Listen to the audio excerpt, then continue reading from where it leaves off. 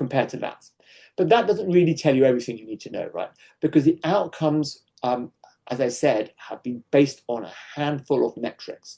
So in the world of thoracic surgery, of course, neoadjuvant therapy has led to a variability between VATS conversion and robotics conversion. And so that differentiation should come into any cost model that you have. RATS is significantly better from a number of meta-analyses at lymph node dissection.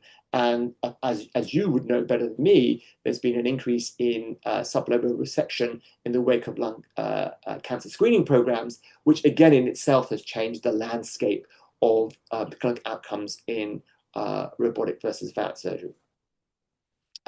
Just to say that, of course, the data that should be used for here, and this is from a meta-analysis by Huang et al., is that it's not only looking at operative time, blood loss, and conversion rates, which conversion rates has been about parity. I really want to highlight that you need to delve into more than the basic variables outcomes for a health system to really talk about cost, because the cost, when one decides for those costs, isn't only the health system paying, it is actually typically funded from multiple other sources, whether it's insurer, whether it's the state, etc. in the United Kingdom. When we looked at incremental costs, again, this is focusing predominantly on prostatectomy data. The results of robotics to laparoscopy were in the order of $973 to $1,400 higher, but that cost premium did drop with increased numbers of volume.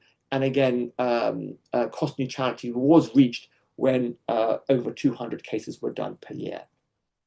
Again, absolute costs, and remember, this is no longer cost-effectiveness ratio, but this is purely absolute costs in terms of thoracic surgery, show that the cost of RATS versus VATS from the 7 study review, which is both lobectomies and some segmentectomies, had about a 54% increased cost.